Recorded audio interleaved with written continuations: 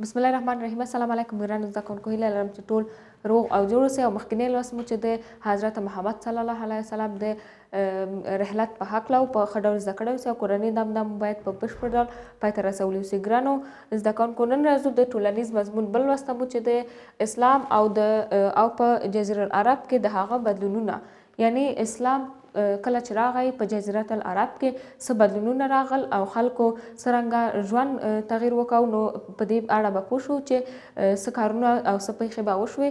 په دې اړه به ټول موږ یو ځای سره په لوست کې ولولو. نو کله چې په مدینه منوره کې موږ مدینه منوره د ښار په هکله په مخکیني لوستونو کې معلومات ترلاسه کړو او پوه شو چې د عربستان یو مهم ښار و او هلته ډېر اسلامي پیښې شوې وې. او همدارنګه عربستان د ټاپو زمو خلک چې هغوی مشرکین وو، هغوی به د اسلام دین نه منه او هغوی به هم تر اوسه لا هم د عربستان په بعض سیمو کې لکه په مدینه منوره کې، په یهودو کې، نجران کې، په خیبر کې او همدارنګه په نورو بعض نورو سیمو کې چې خلکو ژوند کو د عربستان د هیواد کې، هلته ترڅو هم هغوی عبادت یعنی د الله جل جلاله عبادت نه ومنلی او د اسلام دین به یې نه منه او هغوی ته هم ترڅو بلنه ورکول کېدله هغوی نه منله. نو په دې سیمو کې نصرانیانو قبیله وه چې د نصرانیانو په نامه یادېدله. نو هلته یې ژوند کو او هغوی ترڅو هم د لمر، د سپوږمۍ، همدارنګه د نورو شیانو د بتانو عبادت یې کو. هغوی به د لمر او سپوږمۍ نه خپلې غوښتنې، خپلې هغه اړتیاوې چې لرلې، هغه عبادتونه چې دوی کوو، هغه به د سپوږمۍ او لمر او همدارنګه بتانو څخه غوښتلې او دوی هم ترڅو هم جاهل او د اسلام دین یې نه مانه. نو کله چې حضرت محمد صلی الله علیه وسلم بعثت یې د اسلام سپېڅلي دین په هکله پیل شو، نو دوی ته هم بلنه ورکړل شوه او دوی هم دوی ته د ښه کارونو د اسلام د دین په اړه لارښوونې وشوې او تعلیمات هم دوی ته ورکړل.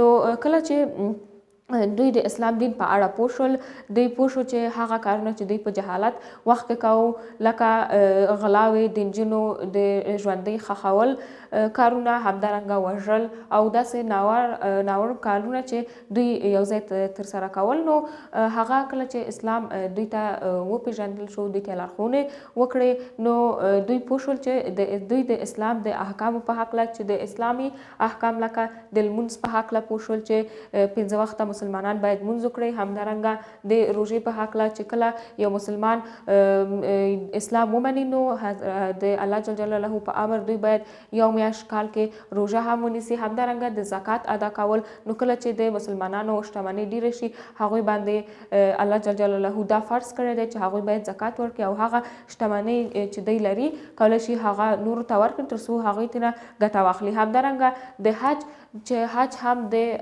اسلام دین د احکامو څخه شمیرل کیږي، د حج د ادا کولو په هکله هم هغوی ته معلومات ورکړه. نو کله چې هغوی د داسې دین په هکله معلومات پیدا کړه، دوی په دې دین عقیده وکړه او دوی هم مسلمانان شول. نو حضرت محمد صلی الله علیه وسلم ډیر یو ایمان لرونکی نفر و چې د حضرت د الله جل جلاله په امر خپل اسلام ته به پراختیا موندله او الله جل جلاله ده ته داسې یو فکر او داسې یو استعداد ورکړی و چې ترڅو ټول خلکو باندې دا ګران وسي او خلک وشي کولی د ده نه ښه پیروي وکړي او وشي کیدی چې په جزیرة العرب کې د مسلمانانو شمیر ډیر شي. نو بیا هم سره له دې هم په جزیرة العرب په بعضو منطقو کې مسلمانانو لکه په قومي، نسبي او نژادي توپیرونه چې لرل، نو کله چې هغوی د جهالت په وخت کې ول داسې توپیرونه یې ډېر کوو او یو بل سره به یې جګړې کولې. کله چې حضرت محمد صلی الله علیه وسلم هغوی ته د اسلام بلنه ورکړه، د هغوی په منځ کې ټول دا قومي، نسبي او نژادي توپیرونه له منځه لاړل او هغوی هم د داسې توپیرونو څخه لاس واخیسته. نو دا ولې ګرانو زده کوونکو، ځکه چې هغوی د الله جل جلاله کوم کتاب چې چې حضرت محمد صلی الله علیه وسلم نازل شوی چې د قرآن کریم په نامه یادیږي هغه یې ومنه او هغوی هم د الله جل جلاله وحدانیت ومنه. نو وحدانیت څه معنا؟ وحدانیت د الله جل جلاله واحد کول، یعنی د هغه صرف د یوه الله جل جلاله عبادت کولو ته وایي. او وحدانیت د واحد کلمې څخه اخیستل شوی دی.